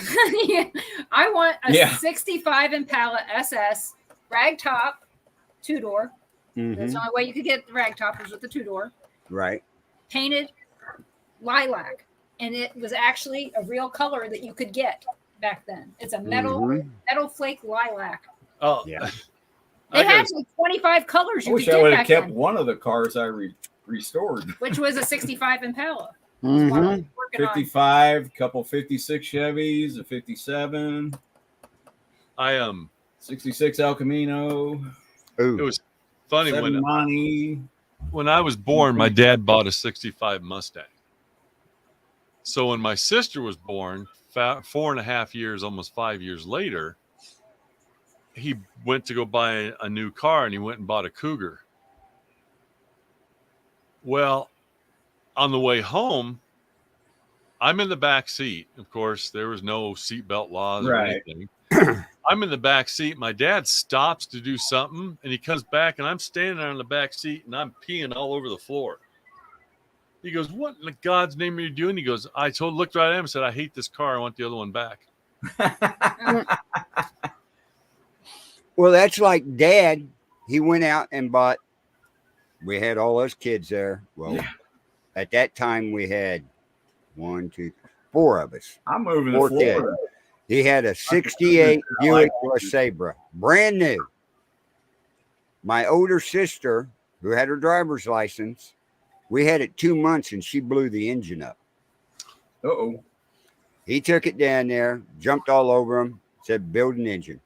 So they put a new engine in it, brought it home. We had it for a month and he goes, "I don't like this car. She's going to blow the engine up in it again." And so Dad takes off on a Saturday, drives to Richmond, Missouri, where he bought it. There was a Buick, Dodge, Chrysler. They had all the brands down there, dealership, little bitty place. Me and my brother would be out in the front yard, and anybody that had a hot rod were a quarter mile from the stoplight in Kingston, out there where the detention center's at now. We could stand out in the front yard, and if somebody turned that corner and got on it, we could tell you whose car it was by the sound. Yep. Right? We're standing out there in the middle of the afternoon, and we hear a car, whoop, and I look at my brother and I go, "I don't recognize that sound. I don't recognize that sound. What is it?" He goes, "I don't know." We had cedar trees against the fence, so we had to walk out by the bank to look down the blacktop to see what was coming down. And we really dropped our jaws is when it pulled in our driveway. Dad pulled in a 1969 Superbird. Oh, 4-foot man. spoiler on the back. Thing is, You know, worth first thing I seen, it was blue. Dad was Yep. colorblind, like I am, but he was worse. He couldn't see colors, so he couldn't tell you what color it was.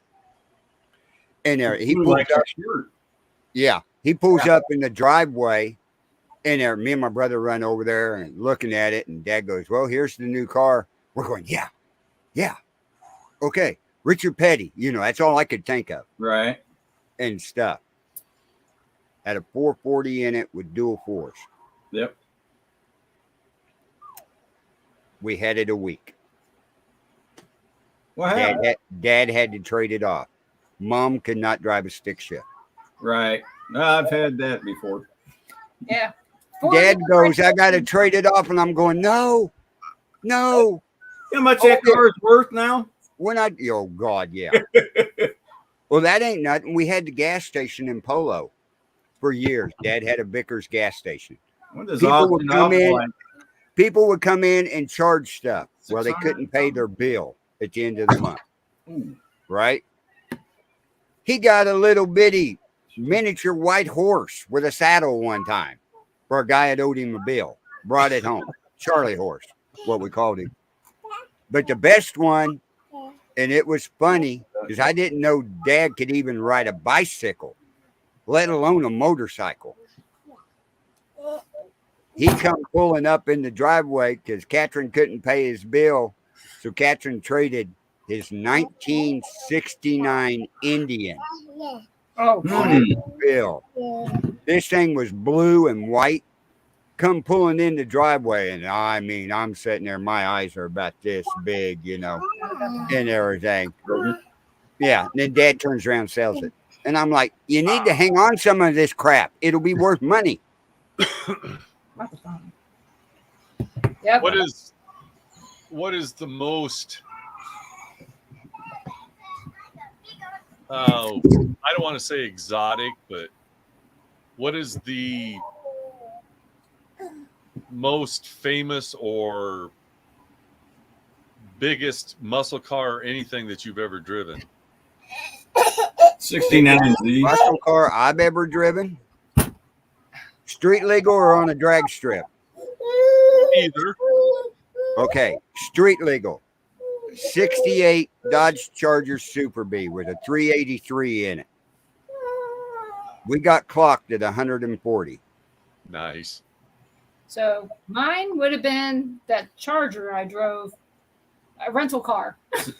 Mine was a 69Z 28 427 L88. Yep.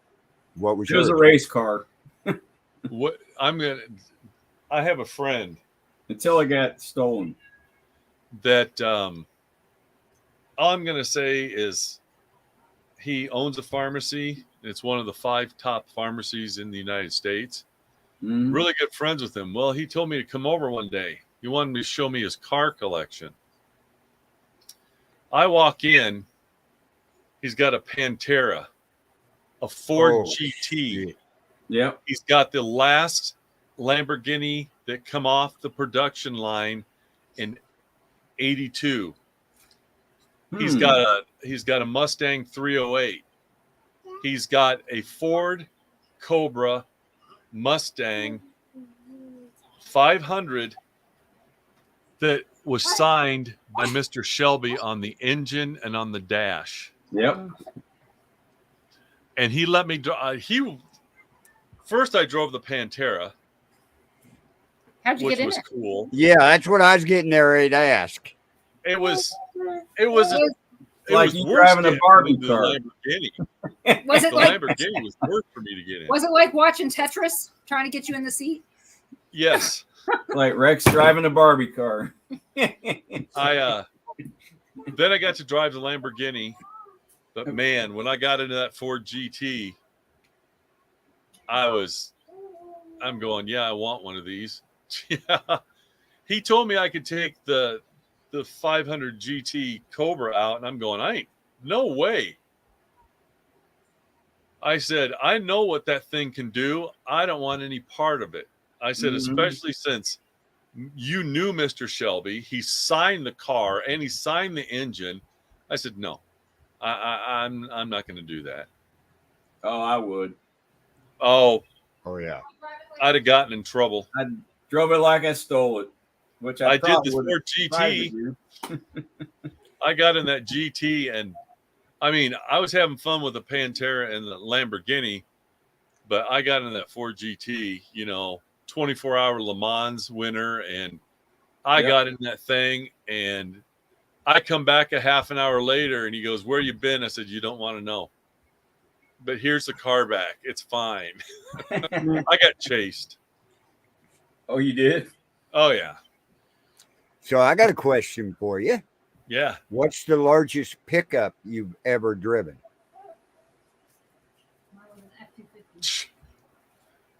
A Ford F-150. That was what I drove in the Air Force.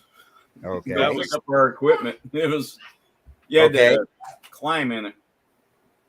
Well, at one time I owned a 79 Chevy 3/4 ton 4-wheel drive with 44s on it and 8-inch body lift and suspension lift.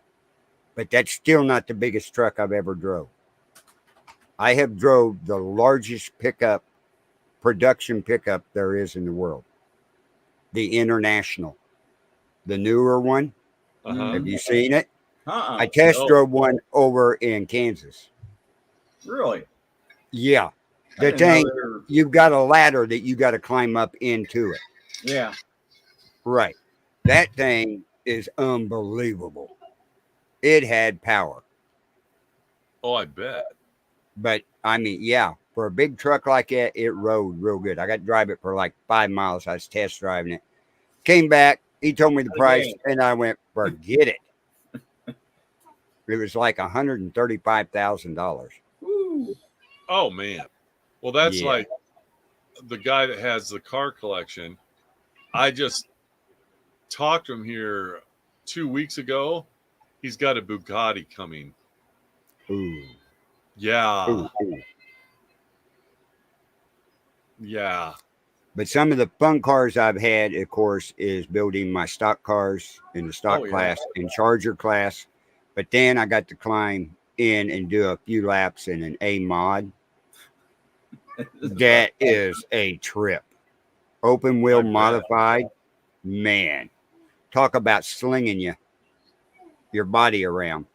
I was like, oh, I want one bad. But we had a lot of fun. I raced stock cars for 18, 19 years up here. My dad and his best friend, which was his cousin, I'll never forget this story. They were driving stock cars. And Mom said, absolutely not. You are not doing that. Well, one Saturday night, they were out racing, and my dad seen this pink pantsuit coming down the stairs towards the track. He knew exactly who that was. He stopped the car, got out, and sat on his ass over by the fence waiting for Mom to show up because she was not happy. No, some of the best times we had, me and Junior Seeger, we both lived at Kingston out in the country at the time when one of the very first race cars I built and stuff. I'd go over to his shop and take the car over. He'd do some welding and different things for me and everything. We'd go Jamesport up here. They had a little bitty, we want to call it a 1/4 mile fish bowl. It was a demolition derby that went around circles. Okay. Yeah. Okay. It's one of those tracks where you had to have a 6-pack or a 12-pack to even get out on the track. Right. Okay. Yeah. And usually we had a good 6-pack in us before we'd go racing. Oh, yeah. We'd load the truck and trailers up and everything and take off, go through Gallatin, get down to Hamilton. A mile outside of town, we stop and unload both race cars. Oh, shit. We had already told a bunch of people in Hamilton what we was going to do. Oh man. We're drunk. I mean, we're feeling no pain. We climb in these race cars, get the ramps up on the trailers, and tell the girls, meet us south of Hamilton, about a mile and a half. Be pulled over on the shoulder. So they took off and went through. We're sitting there on the shoulder in these race cars. This is about midnight, 12:30 in the morning. They called, said we're south of Hamilton. Said, okay, here we come. We fired them up. 13 is a 2-lane blacktop, right? We had both lanes, one on each lane. We went flying through Hamilton at 85 miles an hour, banging into each other. The city cop was sitting at the 4-way, and all he did was hit his lights, shut him off, and shook his head. That's about all I could do. So we go to, everybody's parked at every intersection, waving and clapping as we're down through there, right? We get outside of town, load them up, and go home. Junior comes by the next morning, picks me up. We go to Hamilton for coffee at the coffee shop. We walk in. We were the talk of the town.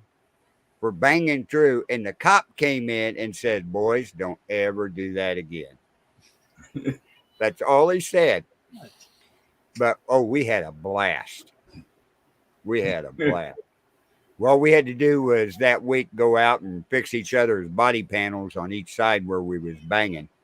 But that was it. You're cranky. And then one night, of course, I drove over the road during this time. Usually I was home on a Friday, be home Friday and Saturday and leave out Sunday so I could race the stock car. Well, I got a load down in Dallas, Texas, delivered on Friday. They couldn't load me until Saturday morning. I went, shit. So they got me loaded. I got out of there at 9 a.m. Yep. At 4 p.m., I was sitting at Winston truck stop up here. 7 hours from Dallas, Texas to Pretty Winston. good time. I was hammered down. Oh, yeah. So I parked the truck. Dad had brought the pickup and the race car. I jumped in it, went over there. That night, they're doing a contest. My wife and stepkids are over there and everything. They're doing a contest. Said, well, who drove the farthest to the races tonight? People were saying Omaha, Kirksville, around the area. One of my stepkids gets up and yells, Dallas, Texas. Yeah. The announcer looked, you came from Dallas? No, Dad did. He's out there racing. So after the heat race was over, the announcer came and got down and said, did you come from Dallas? And I said, yeah. 9 a.m. this morning, I was sitting in Dallas, Texas. Yeah. That's where He Lindsay goes, damn, you need to put your truck out here on the track. And I went, no, I don't. No, I don't. But yeah, that was a lot of fun that night. Got done racing, loaded the car up. Dad took the trailer to my house, parked it and everything, dropped me off at my truck because I had to deliver in Omaha the next morning. But I never missed any races. I was always nearby. Did you ever drive a motorcycle with a suicide clutch? Those are fun, aren't they? Yes, they are. It's something different.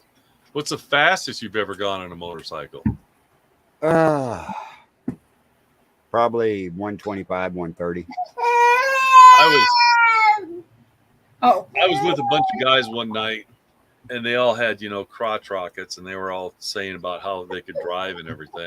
This one guy just was horrible, saying that he could go out and ride GP and do it right now. Yeah, whatever. Okay. And two of the guys that I knew were like, they go, well, there's somebody here that can outrace you. They're going, no, there isn't. Well, these two guys knew that I've been riding since I was 7. So one of the guys let me take his, it was a Ninja 1000. And it was one of the first years it come out. It was back in the 80s. Right. And I said, well, this is the road we're going to take. And I ride it still to this day because it's this. And it's 45 miles an hour, the whole road. Yep. And so we get up there and we take off. And this guy's just laughing. So I let him get ahead, and he's bringing it into a curve. He's not even knowing what he's doing. So finally I got tired of it. I went flying by him on the inside on a curve. I'm dragging my knee on the ground, coming around him. I got to my destination. It was 13 minutes later before he ever showed up. Oh, shit. He never rode with us again. It wasn't even my bike. Yeah. I actually hit at one point on a straightaway. I hit about 140, 148 a couple times. Well, I could have done a lot more do it speed. now. Yeah, I could have done a lot more speed on that one bike. It was a KZ 900 and everything that had been modified and had some different carbs on it and stuff. Problem was, it had that straight ass seat on it. Yep. I'm sitting there, and at about 120, my ass is sliding off that seat, and I'm going, damn, ugh, I got to back down or I'm going to fall off this bike, fly off the ass end of it. And that bike, the guy that owned it took it to the drag strip 2 weeks after that, and when he took off, he slid off the back, and the bike shot straight up in the air about 20 feet and came down nose first. Just totaled that bike. Yeah. That bike had some power. I was, I've got the new bike now, the Can-Am, and it's got 3 different driving modes on it, which is econo mode, there's sport mode, and then there's rally, which takes off the anti-lock brakes and the traction control. Well, I go see some friends in Dubuque, and I take the back way in because it's this. I mean, it's an amazing ride. And a lot of times the corners are like 35 miles an hour. Yeah. Right. So I ended up putting it in rally mode because I was drifting around the corners. And with the suspension on that thing, I mean, you can turn that thing on a dime. Yeah. So I'm going, and this Beamer comes up behind me, a brand new Beamer. And so he keeps catching up to me. So finally, I just went, okay. And I took off. And I mean, I'm doing 70, 72 miles an hour into a 35 mile an hour corner. And he's trying to keep up. Finally, he catches up to me at a stoplight. He goes, "What in God's name are you driving?" He goes, "I tried my damnedest to catch up to you." He goes, "You made me look like a joke." And I said, "Well, I gave you a chance a couple times, and I just got tired of waiting for you." Yeah, those Can-Ams, they're nice 3-wheel bikes. Yeah, and that's what when I got it and found out all the different things that you can do on it. Well, heck, I drove it to Kentucky and back last year because I went to Waverly Hills. I drove it out there. One of the biggest things I don't see those very much. Those Can-Ams. I don't see those very much. I see them all the time up here. Do you really? Yep. Most people got the Can-Am Spiders. Mine is a Riker, which is basically the sport version of a Can-Am. And, I bought it, and I put over 4,000 miles on it just last summer. They say once you ride them, you'll fall in love with them. Oh, I did. They're comfortable to ride.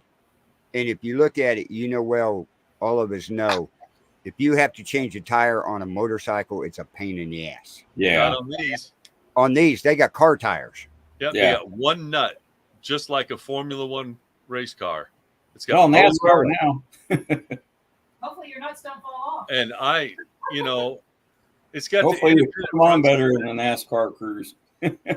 And you can adjust the actual one shock underneath the seat on the fly.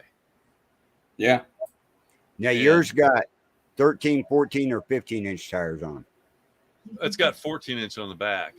It's just a regular car tire, and on the Yeah. front, they're what are those? I think 16s. How long have you had it? When did you get it? A couple years ago? April of last year. Oh, last year. right before you got on my show last year. Oh, well, let's look. I knew one you went up. on a trip, but Look up a 2019 Riker 900 Rally Edition. Is what I've got. 2019 Riker Pan-Am.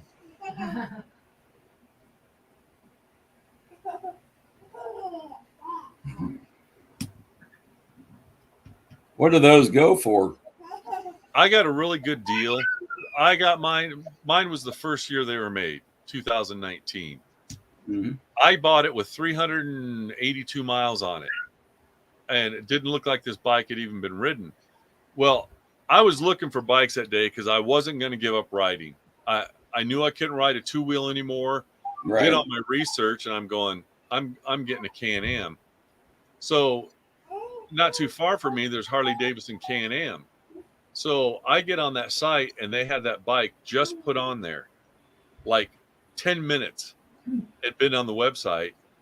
I got a hold of them and got all the paperwork done. When I got it, it was just a little over 10 for the bike.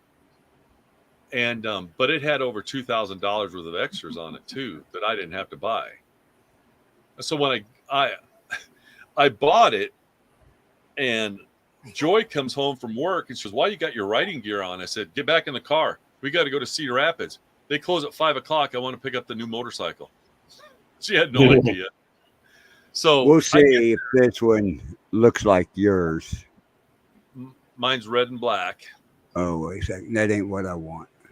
You got it. You got it for just over 10. Yeah, and it had 382 miles on it. And That's I pretty good. That's I asked him. I said, "Why? Why would anybody put 382 miles on it and Right. sell it?" And he goes, "I'll tell you the story here." Yeah. Is that it? Yep. That's what I ride. That is bad. dresser. Yeah, ran into it, not the knobs. I love that thing. Mine's red and black. But yeah, I have a windshield on it. That thing's got it. That's got to be a lot more comfortable than a motorcycle. Oh yeah, and I don't have to I mean, shift. I could actually ride that. I enjoy riding that motorcycle. I don't have to That's shift not fun anything. after a while. You've got one pedal, and that's for the brakes. Yep. And it's got independent front suspension, anti-lock brakes all the way around, traction control, which of course you can take all that off. That is red and black. That is yours, Rex. It's for sale. Not on my watch. It's not. Call Joy at. Oh wow. Yeah. I've That got one the- has Rex. 10,000 miles on it. And they're wanting 11,000 for it. Yep. Still not bad. Yeah, there's your one wheel. Oh, Yep. I like it. One Yeah. nut. Yeah. The front tires are more expensive than the back tire. It's probably the more important one. That is wicked, though. I love it. I just, they told me when I bought it that it would be the funnest thing I've ever ridden. I've ridden a lot of motorcycles, and by far, they weren't kidding. Yeah. This is the day. 11,900. Yeah, I was gonna say I rarely see those rear. There's mine. That one? Yep. That's the day I brought it home. Don't want to get us in trouble for playing music. It's Coco Melon. We could get in trouble. Yeah, Well, I we even have got. about 5 minutes left, don't we? Yep. Yeah, we do. I got personalized plates for it. Sexy And- Rexy. No, it says Innuendo, Oh, which is the Yeah, last Ron, album. what you would probably like is what they call the T-Rex. The T-Rex has 2 bucket seats in it and an enclosure around it with the 2 front tires and 1 in the back. Yeah. But Oh, you're they're also fun. looking at 1,800 cc's, Yep. massive power. That thing will get up and flat ass. It's got smooth. it's got a steering wheel in it. It's Yep. a Can-Am. Yeah, it's a It's- Can-Am. It's just called the T-Rex. They're Have to look bad. at that. Might Might be- check that that out. might be something fun to have when we move to the beach. Hell yeah. It's I'm gonna my give me bike. a wheeler. Yeah, I'm they're so all glad I over. bought it. Yeah, As give me a Chad wheeler and to Barbara drive to the says, beach. they're all over Florida down there. Oh yeah. I need a wheeler to get to the beach, to get to my boat so I can go out and fish. There you go. Catch my crab and Get fish. my crabs so I can So I make can crabs. catch dinner for the night. They even make a Can-Am that's a 250, gets 100 miles to the gallon. See, perfect for a road trip down to Vegas. Or The out top to, speed on it's like 70 or 75 miles an hour. But I they're hit nice one- bikes. I hit 110 and I decided to back off. I just that's want to see if I fine. could go over 100 miles an hour on it. Oh, yeah. A 900 cc, you better. I got there's 600 pounds of torque to the rear wheel. Yeah. And I can make it burp every time. It Yeah. doesn't matter if I've got it in rally mode or if I've got it in eco mode. It'll break that back tire loose. And it's quick because you don't shift anything. And you like those with the 2 wheels in front better than you would like a trike that's got the 2 wheels in back. A trike with the 2 wheels in back does not have suspension. And if you hit a curb, you're falling over. My or if bike, you turn too sharp, it Yeah, goes over. That thing looks a lot safer to drive than I did a lot a of research motorcycle on or a it, trike. and I couldn't go wrong with it. There's the only way I'd fall off is if I fell asleep or if somebody hit me. There's no way you could tip that damn thing over. Mm-mm. Yeah, I know. I never No. want a trike. I don't like them. That's probably why we don't see that many of them here, because it's usually Oh, 150. I or see them more. all over the interstate up here. No. Because, you can get the Spider, which is the big brother to what I'm driving, and they're beautiful bikes. Same thing, don't have to shift or anything, and it has reverse in it. Yeah. Yeah. And, I mean, it's built basically for 2 people. I mean, I could get a second seat for mine, but I'm not paying $400. And I'm sorry, Joy is an inexperienced rider. We'd go 5 miles and she'd go, "Oh, my butt hurts. Let's pull over." I don't stop until I run out of. I Oh, have this gas. one's nice here. Let me add that one to StreamYard before we get off here and stuff. We got a couple minutes. Come on. Here. This is a 2014 Spider RT.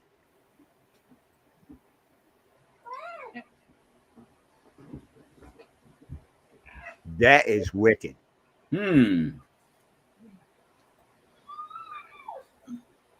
They're nice bikes if you got 20 grand lying around. Yeah, I was gonna say, I bet you those are about 20. This one here is, let me look, 17,900. Wow, that's not bad. How many No. miles is on it? 13,000. Oh, for only a 2014? That's Yeah. nice. And it's got a 1,300 cc motor in it. It's got all the bells and whistles on it too. This one you can finance and buy it. For only 18% interest. I think you can finance. Let's see. Yeah, I bet you can finance them all, just like campers. You can finance it. Yeah, They want that. They want that interest. That's how they make their money. right. Oh, and the add-on. But that one there Hey, is beautiful. Hey, yep, we're at 6:59. Okay. Well, folks, I guess it's time we better get right into the show. So we'll start with Rex down there. Tell everybody where they can find you and your show. You can find me every Saturday night on the Bill of Rights Network at 7 p.m. Central Time. It's called Music, Movies, and Maybe More. And my co-host is my youngest son, Chaim. And Denise, You where can can find we? me and the Paranormal Pride every Monday night at 7 p.m. Central, right here on the Bill of Rights Network, the Paranormal Pride Facebook page and YouTube page. And please go out to YouTube and like and subscribe to all the shows. That way you get notifications on when we're going live. And I think you'll find a couple things that you might enjoy, I think. That's right. Absolutely. So like and subscribe. And check out Things Network on Facebook for paranormal shows and other shows over on theirs where we're live at right now. And also check out Temple of Phoenix Rising Entertainment Facebook page. They have a lot of great shows over there. Our shows over here at the Bill of Rights Network. Here's a lineup of all the shows and everything that you can see. But go to the Bill of Rights Network. It's a pin post at the top that lists all these shows. And we got one. We're gonna have 2 new shows coming up by the middle of next month. So stay tuned to that and everything. So I want to tell everybody thank you for watching, and we'll see you next week here on Paranormal Nation Radio, Not So Normal. Have a good evening. Good night, everyone.